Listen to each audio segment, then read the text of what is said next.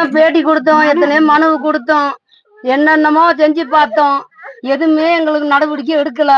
இப்ப கடைசியில இந்த பேட்டி கொடுத்துருக்குறோம். இதுக்கு வந்து எந்த நடவடிக்கையும் நீங்க எடுக்கல அப்படின்னா சந்தோஷமா நிம்மதியா வந்து எங்களை எப்படி ஆனா ஓட்டு போடலைன்னா எங்களை இருக்க விட மாட்டேங்க.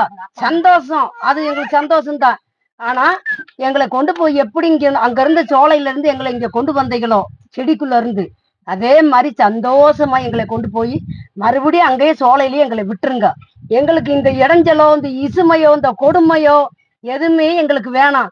இதுக்காக நானே ஒரு கற்பனை பண்ணி ஒரு பாட்டு படிச்சிருக்கிறேன், நானே எடுத்து வச்சிருக்கிறேன்.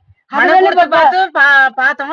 அத வந்து எங்க வாய் வார்த்தையாலே சொல்லி பார்த்தாச்சு. இப்ப அந்த பாட்டை படிக்க போறாங்க, அதை நீங்க கேட்டுங்க. கேட்டு இந்த பாட்டை படிக்கிறேன். இத கேட்டனால நீங்க புரிஞ்சுக்கவைகளோ புரியலையோ அது ஆண்டவனுக்கு தான் தெரியும். நான் இந்த பாட்டை படிக்கிறேன். நண்டை தின்னோம், மீனை தின்னோம், கிழங்க தின்னோம், தேனை தின்னோம், சோலையில வாழ்ந்து வந்தோம், சொர்க்கமா வாழ்ந்து வந்தோம். நண்டை தின்னோம், மீனை தின்னோம், கிழங்க தின்னோம், தேனை தின்னோம், சோலையில வாழ்ந்து வந்தோம், அலையில தூங்கி வந்தோம், சொர்க்கமா வாழ்ந்து வந்தோம். எல்லாரும் சேர்ந்து வந்து வீடு கொடுக்கிறேன், வாசல் கொடுக்கிறேன்னு சொல்லி இந்த ஓட்ட வீட்டிலையும் இடிஞ்ச வீட்டிலையும் எங்க உயிர் ஊஞ்சலாடி கொண்டே இருக்கிறே. இப்போ இப்போ எங்க உயிருக்கு உத்தரவாதம் இல்லாமே ஊஞ்சல் ஆடிக்கொண்டு இருக்குதே.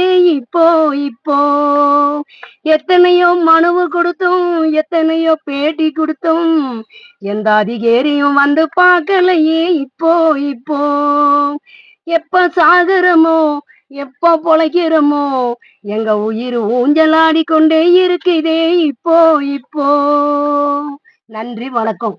எங்களைய இதுக்கும் நீங்க எடுத்து இந்த நடவடிக்கை எடுக்கலைன்னா சந்தோஷமா மகாராஜன கொண்டு போய் எங்களை சோலையிலேயே கொண்டு போய் சந்தோஷமா நிம்மதியா கொண்டு போய் எங்களை சோலையிலேயே விட்டுருங்க. எதுவுமே எங்களுக்கு வேணாம், எந்த ஆதரவும் நீங்க கொடுக்க வேணாம். எங்க ஆதரவுகளையும் ஒப்படைச்சிடறோம்.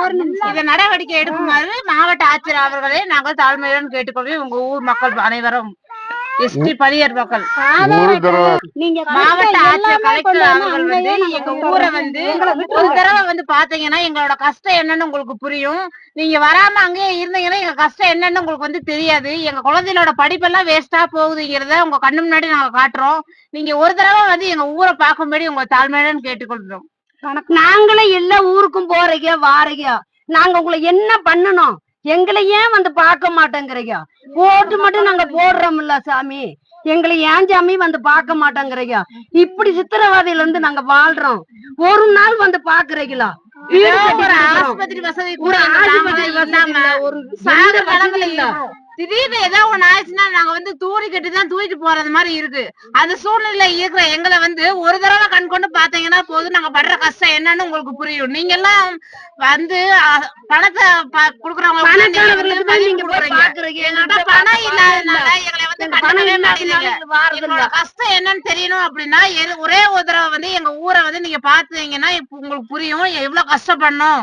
குழந்தைகளை படிக்க வைக்க முடியாம எவ்வளவு கஷ்டப்படுறாங்க, ஒரு ரேஷன் அரிசிக்கு எவ்வளவு கஷ்டப்படுறாங்கிறது உங்களுக்கு புரியும். ஒரு தடவை வந்து எங்க ஊரை தயவு செய்து பாருங்க. ஆமா, இன்னைக்கு பாத்தீங்கன்னா நம்மளுக்கு கிடைச்ச மாவட்ட கலெக்டர் மாதிரி எங்கேயுமே இல்ல. ஆனா இது வந்து அவருக்கு தெரியப்படுத்த வேண்டியது எங்களோட கடமை. கண்டிப்பாக உங்களை வந்து பாப்பாரு, உங்களோட குறைகளை அவர் தீர்ப்பாருன்ற நம்ம நம்பிக்கை இருக்கும். எனக்கு என்ன இந்த நடவடிக்கை எடுக்கலைன்னா அவங்க கொடுத்த ஆதாரம் பூரா வாங்கிட்டோம். சந்தோஷம் நிம்மதி எங்களை கொண்டு போய் சோலையிலேயே விட்டுட்டோம். எப்படி வாழ்ந்தனோ அதே மாதிரி செடி கொலைகளை புடிங்கி தின்னு நாங்க நிம்மதி இருந்துக்கிறோம்.